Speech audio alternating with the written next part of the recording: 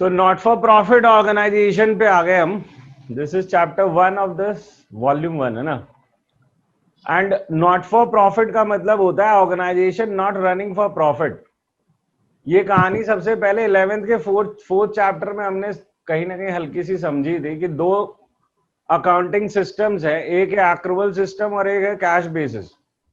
Accrual होता है जब हम ड्यू बेसिस रिकॉर्ड करते हैं और वो normally profit making organisations record करती है जैसे एक normal business. Whereas cash basis of accounting is followed by a not for profit organization, क्योंकि इनका जो ट्रांजैक्शन होता है मोस्टली कैश में होता है। अब ये नॉट फॉर प्रॉफिट ऑर्गेनाइजेशन हमारे अगल बगल के कौन से एग्जाम्पल है, जैसे ये हमारे आरडब्ल्यूए हो गए, क्लब्स हो गए, है ना, जो एनजीओ हो गए, ये एग्जाम्पल है नॉट फॉर प्रॉफिट ऑर्गेनाइजेशन की। सो फॉर एग्जाम्पल जो आरडब्ल्यूएज हैं वो क्या कैश बेसिस से तो डील करेंगी, आपसे कैश लेती है एज अ मेंबर, ठीक है, प्लस कुछ एडवर्टीजमेंट से पैसे आते हैं उनके पास, कुछ लोग डोनेट कर जाते हैं, उसी से वो फिर वापस खर्च करते हैं। सो that is process is all on cash basis. ये सारा का सारा प्रोसेस किस पे है? Cash basis of accounting. तो उनकी अकाउंटिंग तो कैश बेसिस है, पर जो फाइनल अकाउंट्स बनेंगे वो एक्रूवल बेसिस बनने। सो काइंड ऑफ आप उनकी कैश बेसिस ऑफ अकाउंटिंग से एक्रूवल बेसिस ऑफ अकाउंटिंग वाला फाइनेंशियल स्टेटमेंट बनाना चाहते हो। फाइनेंशियल स्टेटमेंट मतलब trading, profit and loss account and balance sheet. थोड़ा थोड़ा नाम बदलेगा, बस काम वही है एंड सारे कॉन्सेप्ट भी वही लगने। So let's see an overview of not for profit organisation that what is given normally. क्या चीजें नॉर्मली गिवन होंगी हमें? हमें गिवन होगा एक तो रिसिट्स एंड पेमेंट अकाउंट, ठीक है। So what is receipts and payment account? It's nothing but your cash book. This is similarly to cash book. बस नाम बदल दिया और इसको कर दिया रिसिट एंड पेमेंट अकाउंट, ठीक है। मतलब रिसिट मतलब पैसा आ रहा है, पेमेंट मतलब पैसा जा रहा है। So they are recording basically the cash and banking transaction at one place. So this is normally given to you, ठीक है। इन नॉर्मल सर्कमस्टांसेस जो कैश बुक होती है, इसका कभी कभी वो नेचर पूछ सकते हैं कि resident payment account is having what nature, but basically वो रियल नॉमिनल पर्सनल में बात करेंगे जब आपसे पूछ रहे हैं कि नेचर क्या है। So it's having a real account, क्योंकि कैश और बैंक इन्वॉल्व है, ठीक है। दूसरा हमारे को गिवन होगा कुछ एडजस्टमेंट्स, ठीक है। दूसरा, एक मिनट, इसे लेट्स गिव इट फर्स्ट।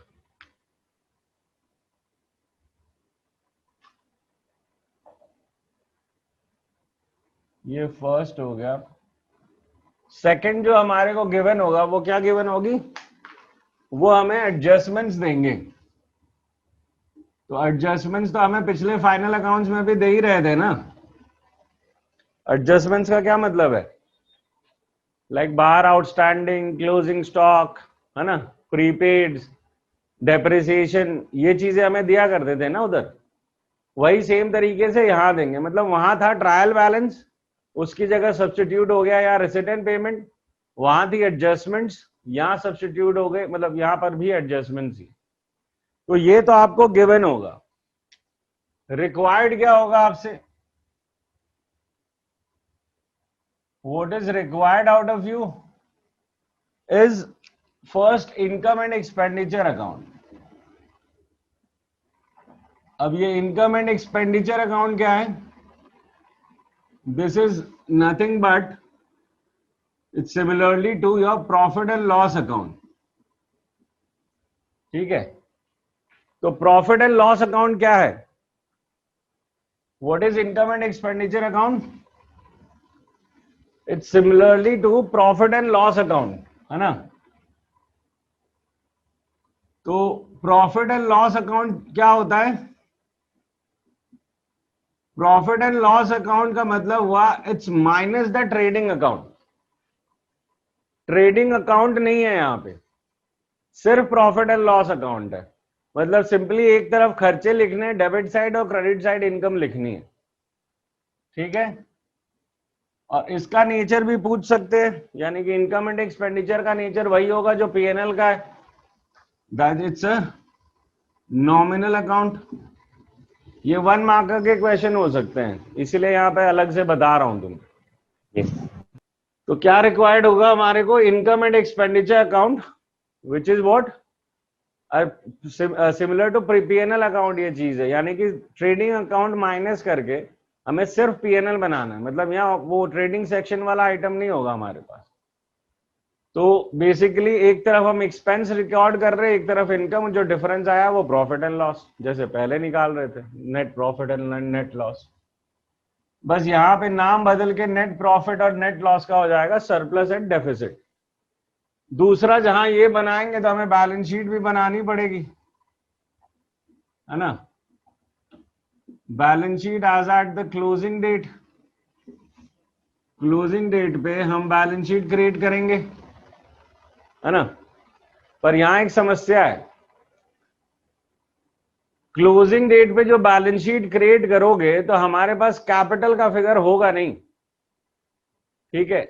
इसीलिए वर्किंग में आके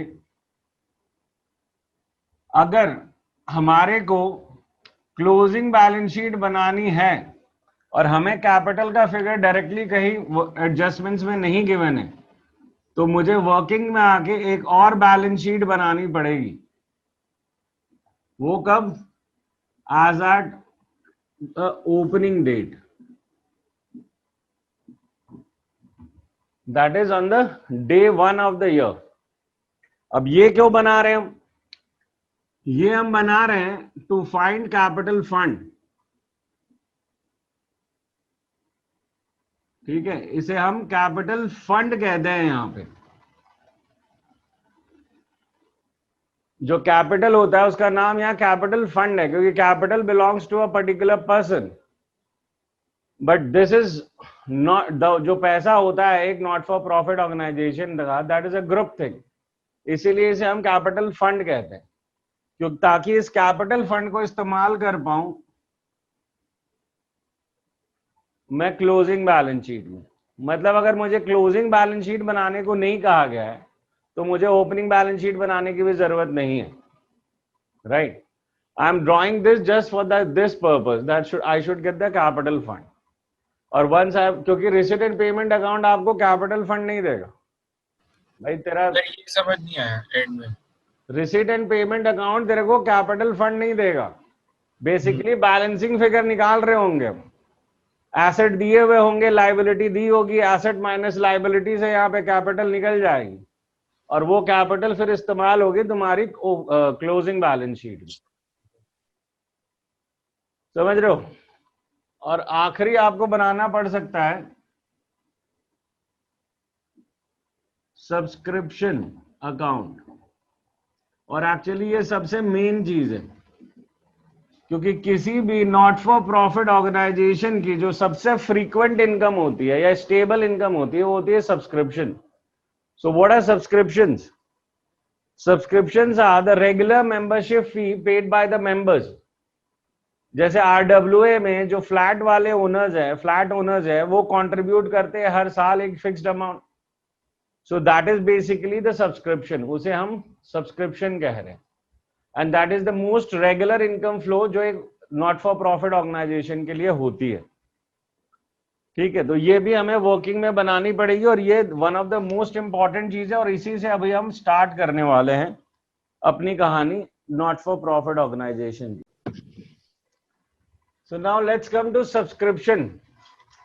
तो सब्सक्रिप्शन क्या बोला मैंने आपको कि subscription is a regular membership fee paid by the members to the organisation. तो ये मोस्ट रेगुलर इनकम है, तो इसको जज करना भी जरूरी है कि इस इनकम के क्या एस्पेक्ट्स हो सकते हैं। तो हम बनाएंगे subscription account. There is other way to do it also, but I will prefer that you should draw a subscription account, क्योंकि अकाउंट्स में हो तो अकाउंट से क्या डरना है ना,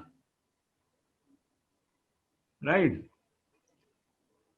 तो सब्सक्रिप्शन अकाउंट में बेसिकली लेजर ही बना रहे हैं और डेबिट क्रेडिट का ख्याल रखना है आपको, बाकी तो कहानियां पुरानी है ना। It's all about debit and credit. तो सब्सक्रिप्शन 5 हेड्स में कहां आती है भाई? आप जब इसे डेबिट क्रेडिट करना चाहोगे तो कहां क्लासिफाई करोगे इसे? युवराज सिंह बोलो। सर सब्सक्रिप्शन होता क्या है जो कैपिटल इनकम अभी पार्टनर्स बोला डालते हैं? ना, जो रेगुलर मेंबर पे करते हैं ऑर्गेनाइजेशन को फीस, उसे हम कह रहे हैं सब्सक्रिप्शन। सर तो फिर तो ये वो कैपिटल अरे यार जसप्रीत, काहे की कैपिटल भाई? एसेट एसेट एसेट होगी एसेट। इनकम है यार, तुम लोग क्या आदमी हो यार। पहले मैंने इनकम ही बोला था तो सबसे फिर पहले। मेरे को तो नहीं बोला था, पता नहीं किसे बोला था। तो सब्सक्रिप्शन इज ए इनकम, ठीक है। अब कहानी यह है कि जो नॉट फॉर प्रॉफिट ऑर्गेनाइजेशन है, जो कि ओवरव्यू देखा, तो इसमें ऑब्वियसली सिर्फ क्लोजिंग फिगर नहीं होगा, इसमें ओपनिंग फिगर भी होगा, क्योंकि ओपनिंग बैलेंस शीट बनानी होगी हमें, है ना। सो जैसे हमारे पुराने फाइनेंशियल स्टेटमेंट में क्या चलता था, सिर्फ क्लोजिंग क्लोजिंग के फिगर होते थे, इसमें ओपनिंग क्लोजिंग दोनों होंगे और दोनों को एडजस्ट भी करना पड़ेगा। तो अगर सब्सक्रिप्शन ड्यू है तो वो कौन से 5 हेड्स में आएगा? अगर सब्सक्रिप्शन ड्यू है तो कौन से 5 हेड में आएगा? अक्रूड इनकम है ये। तो एसेट बोलना पड़ेगा ताऊ जी। हाँ। मैं 5 हेड्स की बात कर रहा हूं। So that is basically opening due, ठीक है। सो इसको हम यहां पे लिखेंगे ओपनिंग ड्यू, राइट। अगर ओपनिंग ड्यू यहां आएगा तो क्लोजिंग यहां आएगा। Just a system of balance BD and CD. मैं ओपनिंग ड्यू की जगह बैलेंस कैरेट डाउन भी लिख सकता था, ब्रॉड डाउन भी लिख सकता था, और इसे बैलेंस कैरेट डाउन भी लिख सकता था, ठीक है। क्योंकि हमारे पास दोनों फिगर्स हो सकते हैं यहां पे, तो मैंने ओपनिंग ड्यू भी दिखाया और तुम्हें क्लोजिंग ड्यू भी दिखाया, ठीक है। अब बताओ ओपनिंग एडवांस क्या होता है? If there is liability. Advance, subscription advance में है तो क्या लाइबिलिटी है ना, और लाइबिलिटी का बैलेंस Yes. कहां से स्टार्ट होगा? क्रेडिट साइड से। क्रेडिट। सो यहां पे लिखेंगे ओपनिंग एडवांस, और you may right balance brought down also, कोई दिक्कत नहीं है। एंड ओवर है क्लोजिंग एडवांस, क्योंकि अगर ओपनिंग वहां आएगा तो क्लोजिंग यहां आएगा, ठीक है। अगर हमें साल में इस ईयर सब्सक्रिप्शन मिल रही है तो उसकी जर्नल एंट्री क्या होती है? That is subscription receive during the year. इसकी जर्नल एंट्री क्या होगी? बोलो, क्या जर्नल एंट्री होगी for subscription receive during the year? Cash to subscription. Cash to subscription. तो कैश की जगह बेसिकली हम इसे रेसिडेंट पेमेंट को अब रिप्लेस कर सकते हैं ना। So you may write both, not a issue. You may write cash और you may write resident payment account, ठीक है। सो बेसिकली सब्सक्रिप्शन क्रेडिट हो रहा है तो क्रेडिट साइड पे आके लिखेंगे रेसिडेंट पेमेंट अकाउंट, पर माइंडेड टोटल लिखना है यहां पे। टोटल का क्या मतलब होता है? टोटल का मतलब यह है कि जो रेसिडेंट पेमेंट अकाउंट होता है वो कैश अकाउंट है आपका, वो आपका total cash receive during the year record करता है। And total cash receive during the year में include money from previous year जो ड्यू था, money of the current year, money of the next year अगर कोई एडवांस दे गया हमें। So that's why resident payment has to be taken as a total figure, क्योंकि ये एक्चुअल बेसिस रिकॉर्ड करता है चीजें। रेसिडेंट पेमेंट कैसे रिकॉर्ड करता है? Actual basis. तो जब एक्चुअल बेसिस रिकॉर्ड करेगा रेसिडेंट पेमेंट, तो इसमें फिगर सिर्फ करंट ईयर का नहीं होगा, इसमें फिगर इस साल का, पिछले साल का, अगले साल का, कुछ भी हो सकता है। तो जो टोटल पैसा मिला है जितने भी ईयर्स का, वो हम यहां पे लिखते हैं। इन नॉर्मल सर्कमस्टांसेस अगर इसको टोटल कर देते हो तो आपका जो फिगर बैलेंसिंग आता है that is your profit and loss account figure, और that's an income and expenditure figure, and you may call it as balancing figure 1। ये मेरा बैलेंसिंग फिगर 1 आ रहा है, ठीक है। 2 पे अभी थोड़ी देर में आएंगे, दैट इज बैलेंसिंग फिगर को समझो। जरूरी नहीं है सारे आइटम गिवन हो, दिस इज बैलेंसिंग फिगर 1। समझ में आ रही है बात? सर एक डाउट है। हाँ डाउट है सर एक। हाँ, तो बोलना, म्यूट क्या कर रहा है? डाउट है तो खुला रख। सर जो रिसिप्ट एंड पेमेंट अकाउंट है अगर वो नेगेटिव में हुआ मतलब क्रेडिट साइड में हुआ। रहने दे, कैश कहाँ से नेगेटिव होता है, छोड़ ना। पैसा मिल रहा है, कहाँ से नेगेटिव होगा यार? सब्सक्रिप्शन का पैसा जो मिल रहा है वो नेगेटिव हो जाएगा, ये क्या अगर पेमेंट ज्यादा हुई, पेमेंट ज्यादा हुई तो नेगेटिव कहाँ से होगा? पॉजिटिव ही तो रहेगा यार। चल छोड़ उसको, वो बकवास वाली बातें कर रहा था। नाउ ओपनिंग ड्यू का मतलब समझते हैं। What is opening due?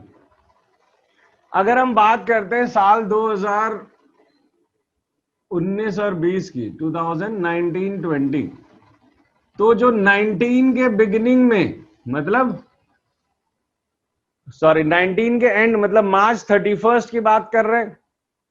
मार्च 31 और अप्रैल 1 को इन 2019, मार्च 31 या अप्रैल 1 की बात कर रहे हैं ना हम।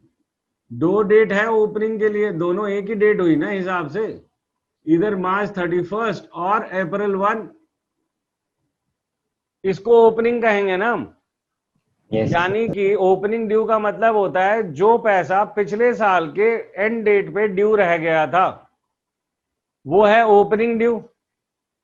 सो this is subscription due at the end of previous year. पिछले साल के एंड में जो पैसा ड्यू रह गया था वो मेरा ओपनिंग ड्यू कहला रहा है। ठीक है, डेट्स को फोकस करना। अब मैं आ रहा हूं क्लोजिंग ड्यू पे। So what is closing due? जो करंट ईयर की डेट पे, एंड पे, इस जगह, यानी कि यहां सिर्फ मार्च 31 मिलेगा आपको, कि मार्च 31 2020 की डेट पे जो पैसा मेरा ड्यू रह गया है, that is basically the closing due. वो अमाउंट क्लोजिंग ड्यू कहलाएगी ना। तो क्लोजिंग ड्यू का क्या मतलब हुआ? That is subscription due at the end of current year.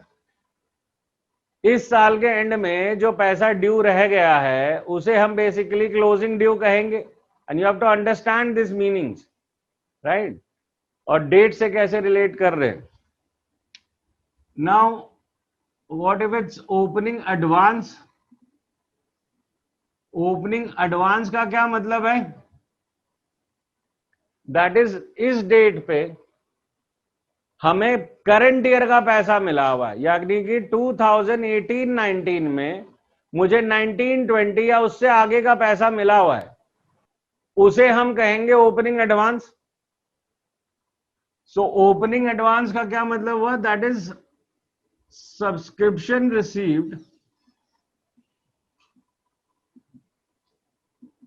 In previous year for current year.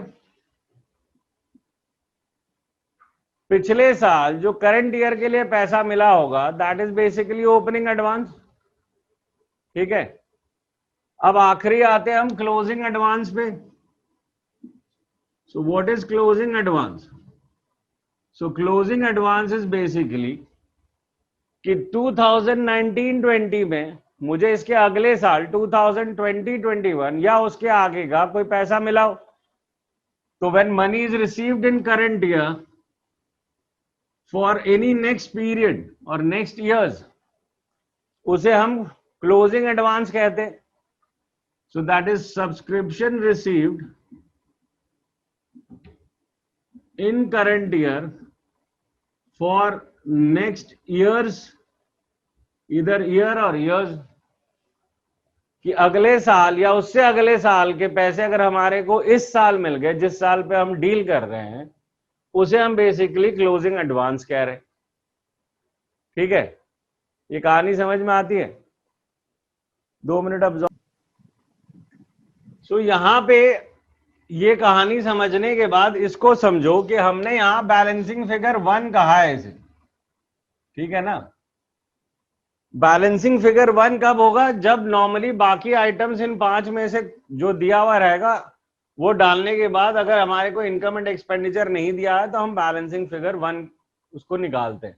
But suppose यही दिया हुआ है आपको, इनकम एंड एक्सपेंडिचर खुद दिया हुआ है, So in case income and expenditure is directly given to you in a form that there are 450 members, each paying ₹100, ठीक है, दैट इज जो हर बंदा है वो 100 रुपए दे रहा है हमारे को, ये इंफॉर्मेशन गिवन है हमें. So this is given to us, ये हमारे को गिवन है. समझ में आ रही है बात कि they are 450 members and each paying ₹100, ये गिवन है. जो इनकम एंड एक्सपेंडिचर में अमाउंट रिकॉर्ड होता है that is on the basis of 12 months, मतलब मैचिंग प्रिंसिपल इस्तेमाल होता है यहां पे. ठीक है, यहां जो इनकम एंड एक्सपेंडिचर में फिगर आता है इसमें वही फंडा है जो प्रॉफिट एंड लॉस अकाउंट का होता था, कि प्रॉफिट एंड लॉस अकाउंट में हमें 12 मंथ के फिगर को डालना है. That is the matching principal को हमें फॉलो करना है. दैट इज जो करंट 12 मंथ का जितना बनता है, मिला है नहीं, जितना बनता है, यानी कि including the outstandings, excluding the prepaids. तो अगर मुझे कोई कहता है कि भाई 450 मेंबर्स है भाई हमारे पास और 100 रुपए के रेट पे देते हैं, तो 12 महीने में कितना पैसा मिलना चाहिए मुझे? 450 इंटू 100 है ना, 450 इंटू 100 मुझे मिलना चाहिए ना इसका मतलब. तो इसका मतलब 12 महीने में कितना मिलना चाहिए ये तो गिवन है मुझे. 12 महीने में मुझे कितना मिलना चाहिए गिवन है, मतलब मुझे डायरेक्टली इनकम एंड एक्सपेंडिचर का फिगर गिवन है. और अगर मुझे इनकम एंड एक्सपेंडिचर का फिगर गिवन है तो ये बैलेंसिंग फिगर तो नहीं निकलेगा ना. फिर इन नॉर्मल सर्कमस्टांसेस तुम्हारा बैलेंसिंग फिगर ये वाला होगा. ठीक है, दैट इज क्लोजिंग ड्यू, और ये होगा तुम्हारा बैलेंसिंग फिगर 2. सर समझ नहीं आया ये. जब ये ऑलरेडी गिवन है तो ये बैलेंसिंग फिगर कैसे निकलेगा? अच्छा, ये खुद ही बैलेंसिंग फिगर था और ये खुद ही गिवन है, तो यही थोड़ी रह जाएगा फिर बैलेंसिंग फिगर. तो जब 1 गिवन होगा तभी तो 2 निकाल पाओगे ना.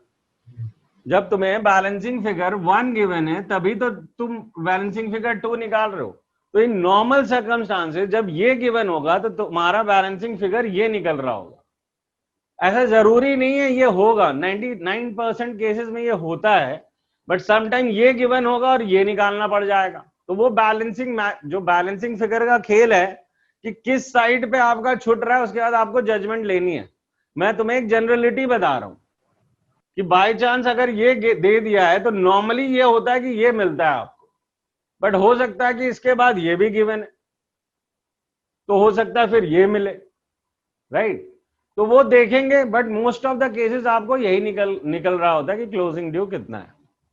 तो ये एक ओवरऑल सिनेरियो है सब्सक्रिप्शन अकाउंट की, जिसमें हम बेसिकली बैलेंसिंग फिगर निकालने के लिए बैठे हुए, ताकि ये तुम्हारे इनकम एंड एक्सपेंडिचर में तुम इस्तेमाल कर पाओ. जो ओवरव्यू देखा हमसे रिक्वायर्ड क्या होता है, इनकम एंड एक्सपेंडिचर और बैलेंस शीट.